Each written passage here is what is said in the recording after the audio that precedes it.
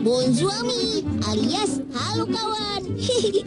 Unyil dan Melanie masih di Prancis nih, tepatnya di kota Toulouse. Di sini masih ada tempat menarik untuk dikunjungi loh.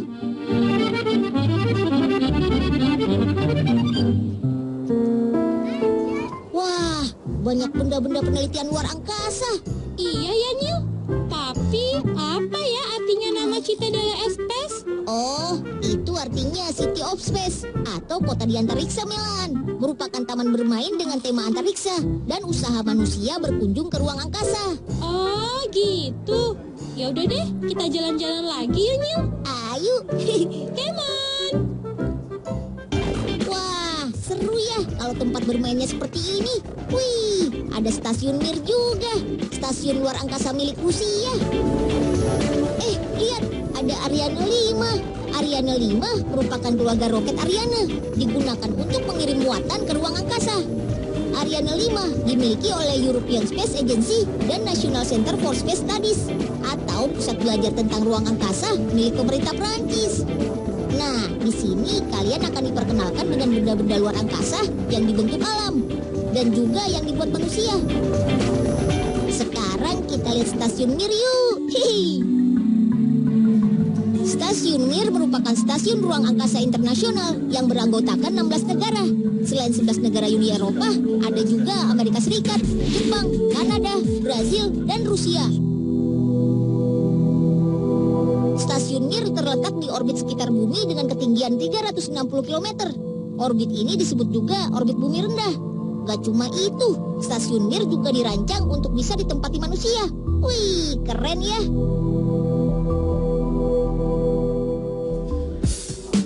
Namanya juga replika, jadi semua yang ada di sini sesuai dengan aslinya. Lihat tuh, astronotnya bisa melayang di ruangan. Hei, seru ya. Di ruang angkasa, astronot juga bisa bosan dan rindu sama keluarganya. Nah, untuk mengatasinya, mereka membawa barang-barang kesayangan. Nih, ada gitar. Salah satu obat supaya nggak bosan. Bisa nyanyi rame-rame. Будет эти тихие подмосковные вечера. Cara tidurnya lucu ya, seperti kepompong. Ini namanya kayut kas. Para astronot tidur dalam posisi berdiri di dalam kantung tidur seperti ini.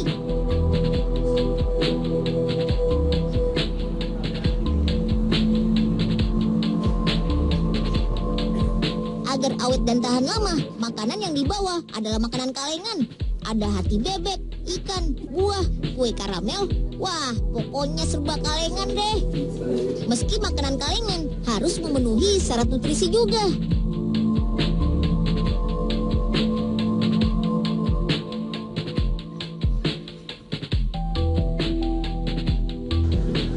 Untuk menjaga kebersihan, di sini juga disediakan kamar mandi.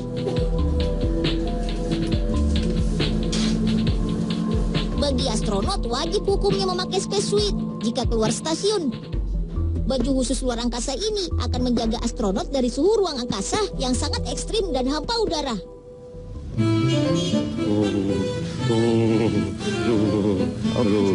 Langit cerah, tapi dinginnya minta ampun. Untung ada baju hangat ini di kamar mandi.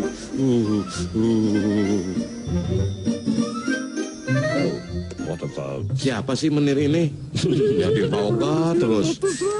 Menir, ngetawain apaan sih? Naksir baju hangat Pak Oga ya? Tahun 1986, stasiun Mir diluncurkan ke luar angkasa.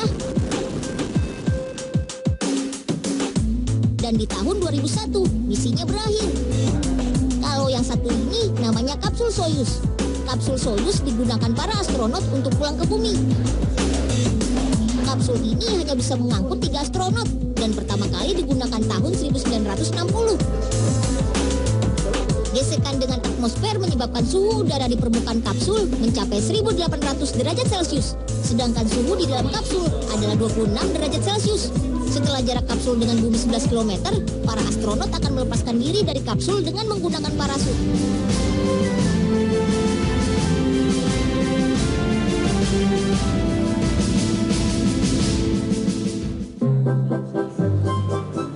Ayo Mel, kita masuk ke dalam kapsul Soyuz.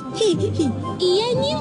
Siapa tahu kalau besar nanti bisa jadi astronot. Nah, jadi Mel, perjalanan pulang ke bumi dengan menggunakan kapsul Soyuz kurang lebih ditempuh selama 8 jam. Waduh, lama sekali dalam posisi yang tidak nyaman begininya. Iya Mel, 2 jam melayang-layang di ruang hampa udara, baru kemudian meluncur ke bumi selama 6 jam dengan kecepatan 7,5 km per detik. Fisik para astronot juga harus sehat betul ya, Nil. Karena tubuhnya merasakan perubahan tekanan yang cepat. Wah, betul sekali Melan. Melan pinter juga ya. Iya dong, kan sering jalan-jalan sama Unyil. Ayo, kita pindah lagi. Yang ini ruangan untuk mengetahui tentang cuaca. Wah, apa itu vortex? Oh, ternyata vortex ini menggambarkan perubahan yang terjadi pada awan dan air jika ada perubahan arah udara ataupun tekanan udara.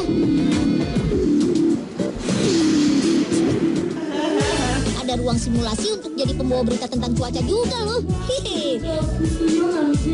Mereka juga sedang aktif membawakan berita cuaca. Unyil mau coba juga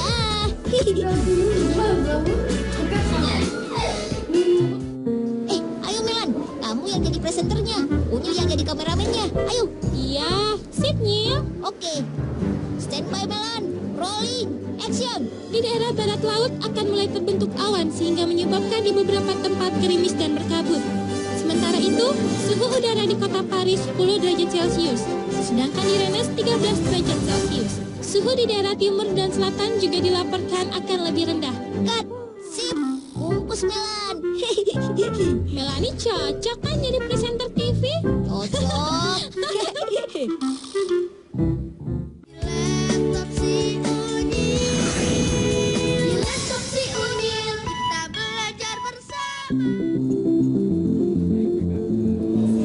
Wah, ada rame-rame apaan tuh?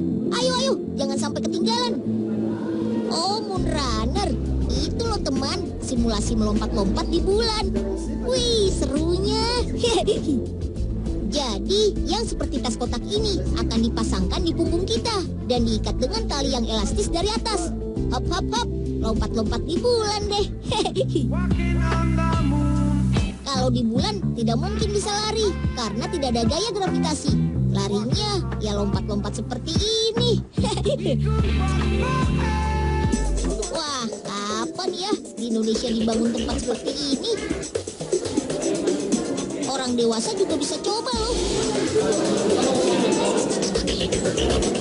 Unyil naiknya nanti saja. Mau lihat ke tempat lain dulu. Siapa tahu nanti sudah sepi.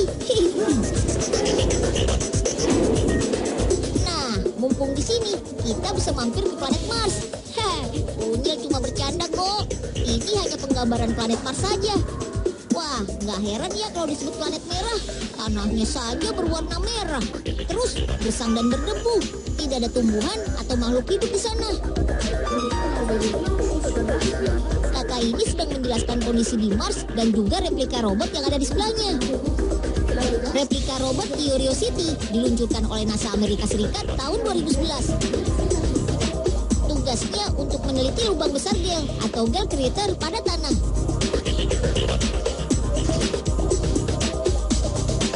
Mengetahui iklim dan kondisi geologi di planet Mars. Masih ada lagi robot yang aktif bekerja di planet Mars. Ini dia, Opportunity dan Spirit. Mereka diluncurkan tahun 2003 dan masih aktif hingga sekarang. Sejak tahun 1800 sebelum Masehi, manusia punya keingintahuan yang tinggi tentang planet Mars. Dan tahun 2100 menjadi rencana untuk mendaratkan manusia pertama di planet Mars. Berhasil atau tidak, kita tunggu saja. Mumpung di Eropa, Pak Oga harus belajar main ski. Biar kalau pulang kampung bisa pamer. Kok nggak bisa meluncur ya? Kok nggak bisa swing?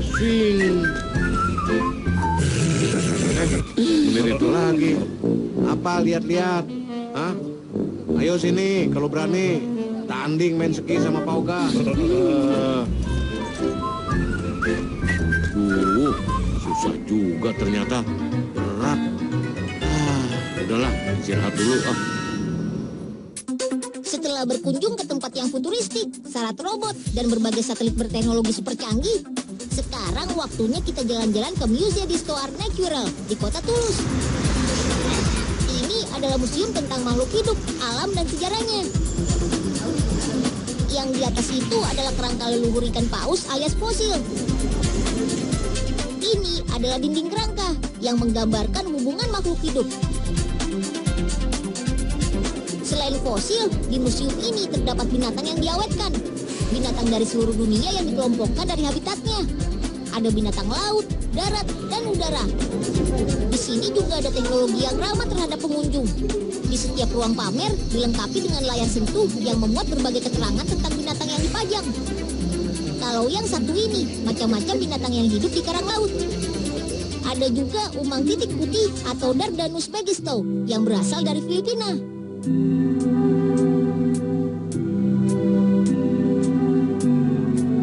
Nah, yang ini namanya Lithodes maja atau kepiting raja yang berasal dari Kanada. Dan masih banyak lagi. Di bagian ini dipamerkan berbagai macam serangga tipe Phasmoptera. Nah, ada juga Ordo kumbang alias Coleoptera. Sekarang pindah ke kupu-kupu yuk, alias Ordo Lepidoptera. Wah, masih dari Indonesia nih, tepatnya Sulawesi. Namanya Papilio blumei. Pada bagian bawah sayapnya ada ekornya. Sekarang kita lihat binatang yang hidup di laut. Ikannya punya kumis seperti lele, namanya Silurus glanis. Banyak ditemukan di Eropa Selatan dan Eropa Timur. Ikan yang satu ini mengerikan, Lovius piscatorius atau disebut anglerfish. Banyak ditemukan di laut dalam yang gelap dengan kedalaman sampai 2 km dari permukaan laut. Panjangnya bisa mencapai 1 meter. Ikan unik ini mempunyai antena di atas kepalanya.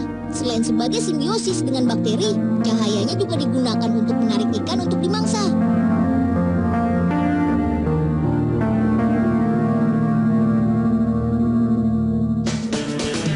Nah, habis ini Unyil mau ajak kalian melihat binatang suhu dingin yang diawetkan. Ada Rupicapra pyrenaica yang hidup di gunung bersuhu sangat dingin. Binatang ini masih satu famili dengan kambing loh. Lalu ada Ophibos moschatus, mamalia kutub yang berbulu sangat tebal. Iya, Unyil kenalin nih Renifer tarandus, peliharaannya Santa Claus. Reindeer atau rusa kutub. Hehe.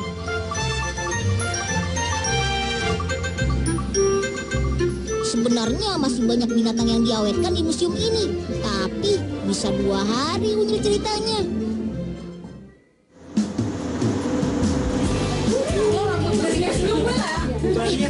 Pada ngumpul tuh. Selama di Toulouse, Prancis, Unyil dan Melanie menginap di apartemen mahasiswa Indonesia yang belajar di sini.